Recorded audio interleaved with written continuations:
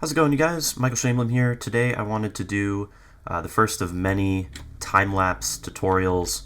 I think over the past few years, a time-lapse tutorial is the thing I've been asked the most to do, and I just haven't done it.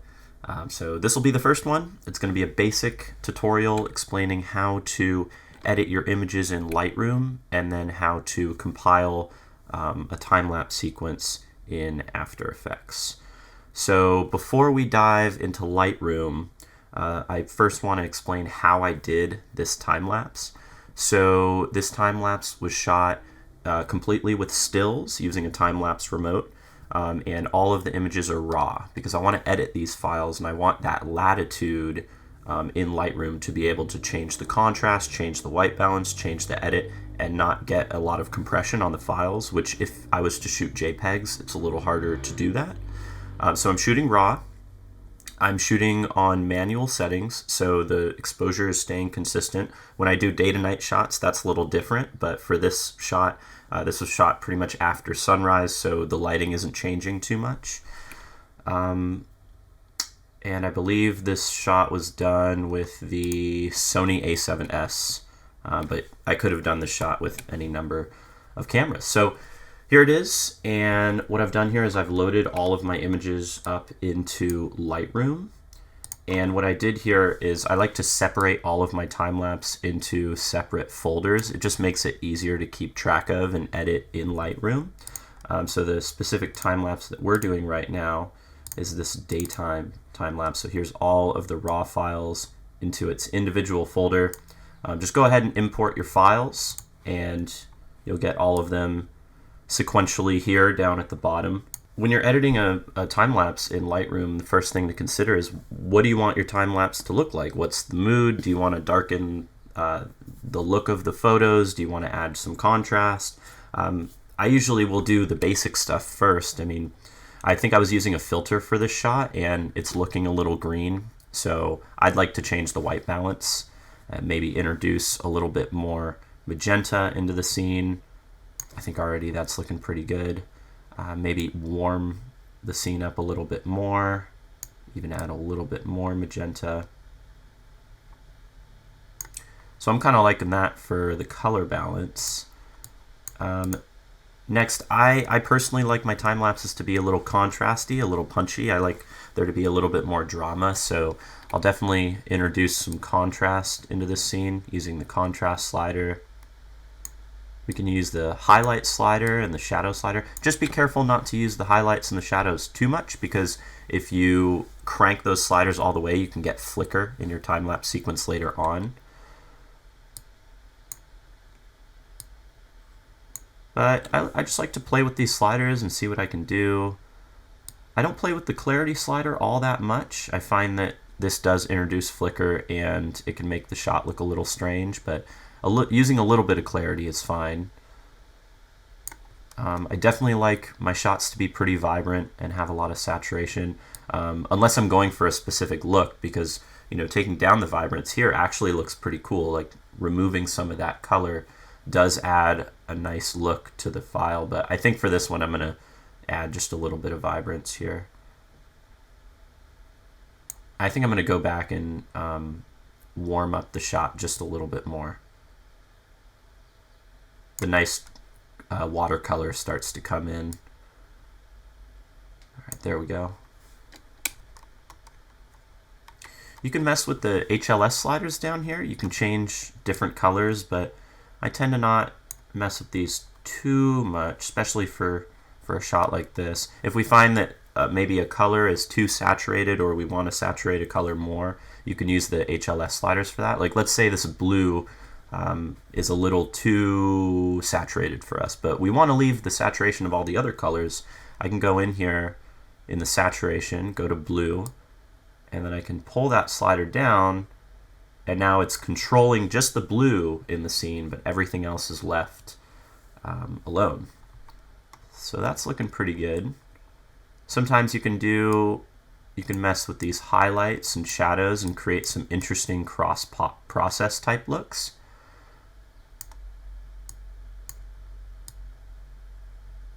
It does add kind of an interesting effect. I think I'm going to not use it for this specific shot, but I recommend definitely try it out on your own. And then a little bit of noise reduction. There's not a lot of noise in this scene, but generally I add just a little bit of noise reduction. It never really hurts the file as long as you're not cranking the slider too far. Now the other thing you can do with this file, now that we've done all of our global edits, basically we've done all the edits to the photo as a whole, we can do selective edits if we want.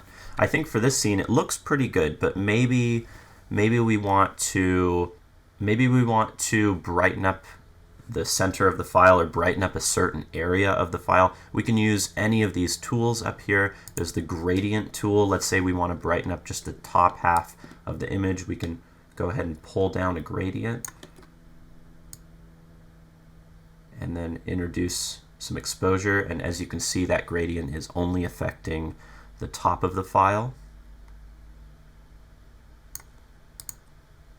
And let's say we want to brighten up or add contrast to maybe this ridge here.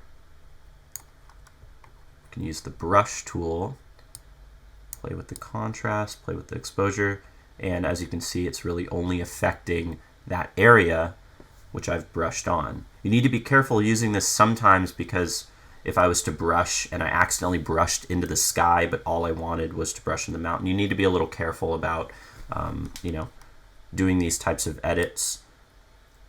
But if you're being subtle with it, it should be fine. I think I'm going to brighten up this scene just a touch and introduce just a little bit more of that vibrance. So I think that looks pretty good. Let's see what it looked like before. So there's our before file, really green, a little muddy. And then with our editing, we've brought out the colors, added a little magenta, done a few selective edits. Now what we can do is we can take what we've done here and we need to apply it to all of the photos, because we like what we did here, but we want that to extend to the whole sequence, not just one photo. So what you want to do here is go to the photo you've edited, select all of your files, so just select all your files, and then click back. Make sure you're selected on the photo that you're editing. Make sure that one's the one that's being displayed, but make sure you're also selected on all of the thumbnails. Right-click on that photo that you just edited. Go to Develop Settings and Sync Settings. Make sure everything is selected and click Synchronize. And now what that's doing is it's pasting our settings from that one photo to every single photo in this time lapse. And if we go to another photo now, like here's the last photo, as you can see it's done all of our edits. We can go to the middle photo, it's done all of our edits. So I know some people like to edit the crop of their time lapse in Lightroom. Like you can crop your images to 16:9 and then export them. Personally, I like to leave my images alone and do the cropping later in either After Effects or Adobe Premiere, because I never know if I might want more room in the file, or I might want to do a zoom, or if I want to reformat the time lapse to be a 1:1 crop ratio. So I like to leave it alone and then just export the files as they are.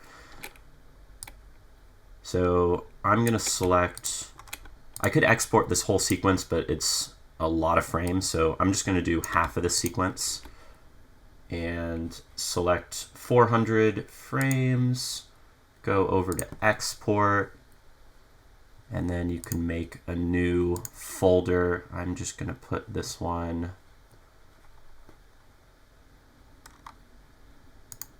for simplicity. I'm going to put this one on the desktop. New folder, Canada, timelapse, export. Make sure I'm on image format JPEG. I use sRGB for a screen color profile. And I'm not going to have it resize or sharpen or do anything else. I'm just going to leave it like this. And export. Depending on how fast your computer is, this could take a long time. It could take a not so long time. I'm using a MacBook Pro right now, and it's definitely going to take this MacBook a little while to export these. So I'll see you guys in a second. All right, so our time lapses are done. I have grabbed myself more coffee. Now it's time to take those photos that we exported and turn them into a time-lapse video file. There are two ways of doing this. Actually, there's a lot of ways of doing this. There's two ways that I like to do. The first is to bring all of the stills into After Effects and edit using After Effects. But you can also bring all the stills into Adobe Premiere and do it that way. It's a little quicker, but you have a little bit less control. So I'm just going to show you guys how to do both. So we have our folder here, Canada Timelapse Export, and it's got all of our JPEG files in sequential order. We're going to open up Adobe After Effects, and let's go ahead and go to File, Import, File, and navigate to our folder.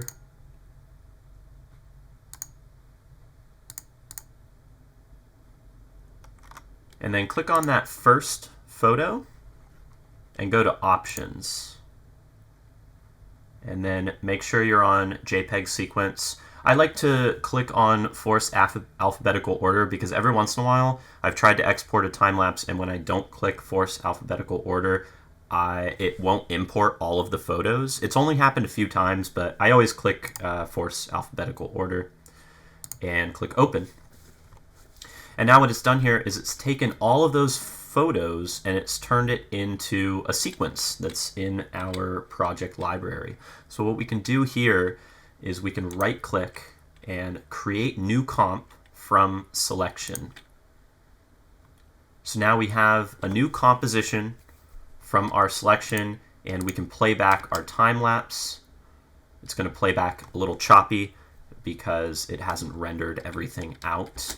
But just to make sure that all your files look good and they're all here. So from here, if you go ahead and right click on your composition and go to composition settings, you can change different elements of your composition.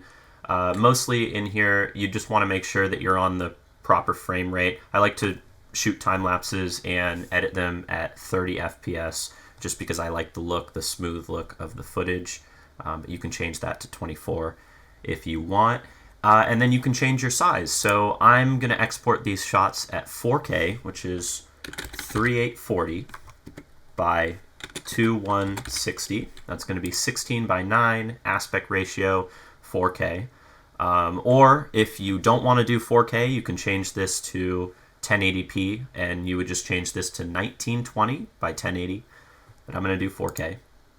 It's changed our actual frame size, so you can see here it's cropped into our actual file, because our actual file, all those JPEG folders, are bigger than 4K. And what this allows us to do is now we can either resize this file, so I can resize it so that it matches the frame, right about there, down here in our transform tools. So we went from scale 100 to scale 94.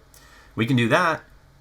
Or we can also play around with some different zoom effects. We can keyframes and animate a subtle zoom. So let's say here, maybe we wanted our shot to kind of pan out just a touch during this sequence. So we would click this little clock to the left of scale and move this keyframe all the way to the end of our timeline, right there, and then go to the beginning of our timeline, and I'm going to scale it to 100. And now everything in between those two keyframes that we created is going to animate. So if I play this back, it's going to subtly push back out. Now you don't have to do this, but it does add a little bit more motion into the frame, so you can choose to do this or not do this. You can also switch it so instead of panning out, it pans in. You just need to reverse the keyframes. So let's say we like what we've done here. There's plenty of effects you can choose as well in After Effects. If you find that you have some camera shake, you can apply warp stabilizer in the effects. You can also add different color settings. There's plenty of things you can do, but just this sequence looks fine. So now that we have this time lapse where we want it, we can export this out of After Effects. And what we're going to do here is go over to File, Export, and then Add to Adobe Media Encoder. That's going to open up our media encoder. Once that's open, go ahead and click right here, and it's going to go ahead and open up our export settings. There's a few different things you can do here, and it kind of depends on what you want to do with your time lapse. Let's say you wanted to just go ahead and put this online right now. You didn't want to do any more editing. You just want this to be in a nice online format. What you can do is format H.264. This is going to be a nice compressed format that things like YouTube, Facebook, Vimeo are going to be able to read really nicely. And for preset, there are a ton of different options here. You can do YouTube 4K, which is really nice, or if you wanted to do 1080p, you can switch that to YouTube HD 1080p. Let's say you want to put this on Vimeo. There's some Vimeo options. I think Facebook and Twitter have options on here as well. So that's what you would do if you don't want to do any more editing. Now, most of the time when I export a time-lapse clip, it's because I want to edit it into another video that I'm working on. Maybe it's a video with slow motion clips or audio and music, or maybe it's just a time-lapse film. Maybe it's all different time-lapse scenes set to music with credits and titles.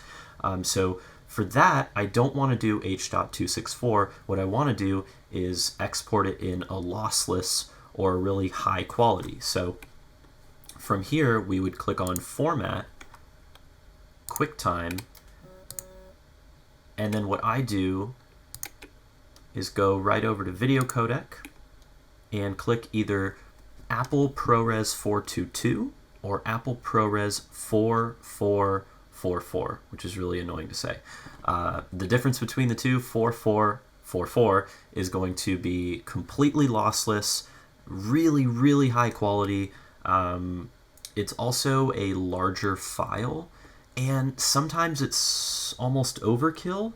I find that Apple ProRes 422 is the file size is a little smaller, but most of the time, especially for daytime time lapses, the quality isn't going to change too much from 4444 to 422.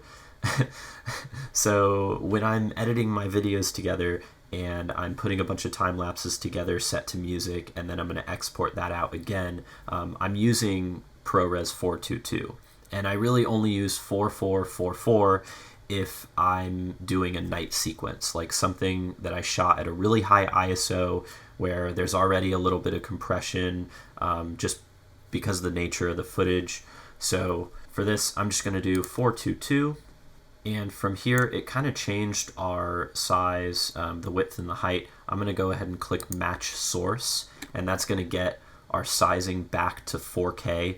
It's going to change the output to what our sequence is. So matching source, 4K, 3840 by 2160, frame rate 30, that looks good. And then the last thing that I want to click here before clicking OK is make sure that maximum render quality is selected. Anytime you're changing sizes, like your source footage is larger than what you're exporting, always click maximum render quality. It's just going to ensure that your footage stays at a high quality when it exports and resizes. So click that, click OK. And then from here, all you have to do is click on the green arrow and your render will start. The nice thing about using the media encoder rather than After Effects' actual render I guess, little tab, because you can render straight out of After Effects. The nice thing about using the media encoder, since it's a separate program, you can do your render and then still work on things in the background, because it's sort of a separate thing. If you render straight out of After Effects, you basically have to wait for the render to be over because you're already using After Effects to do the render. Okay, so if you don't want to use Adobe After Effects, you can use Adobe Premiere. I find that you have a little less control. I like all the effects in After Effects, and I like to create the video file in After Effects. But if you don't want to go through all that and you want to just do it in Premiere, it's fairly simple. So we're just going to go ahead and open up Premiere. I'm going to click on File, Import. Go to our time-lapse export folder, click on that first file, Options, Image Sequence, and select Import. And it's created our sequence right here, and it shows us how much time there is for the sequence, about 13 seconds. We can right-click that, go ahead and select New Sequence from Clip. So what we can do here is we can change the sequence settings by right-clicking. And just like we did before in After Effects, we can change the size 3840 by 2160. Click OK. And now it has changed the size, and just like we did in After Effects, we can change the scale of the sequence by clicking here, going to Effect Controls, and scrolling this back. Okay, so let's say we want to export this out of Adobe Premiere. We can go to File, Export, Media, and if we wanted to go ahead and put this online, just go to H.264. We're at Match Source right now,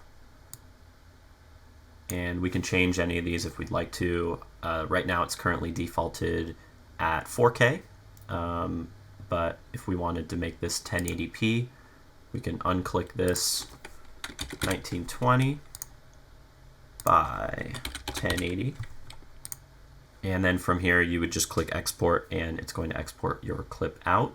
Okay, so here is our final exported time-lapse clip. If you enjoyed the video, go ahead and leave a like and subscribe for more. I'll be doing more of these tutorials in the future. If you have any suggestions on tutorials you might like to see, go ahead and just leave them in the comments below. Thanks so much for watching.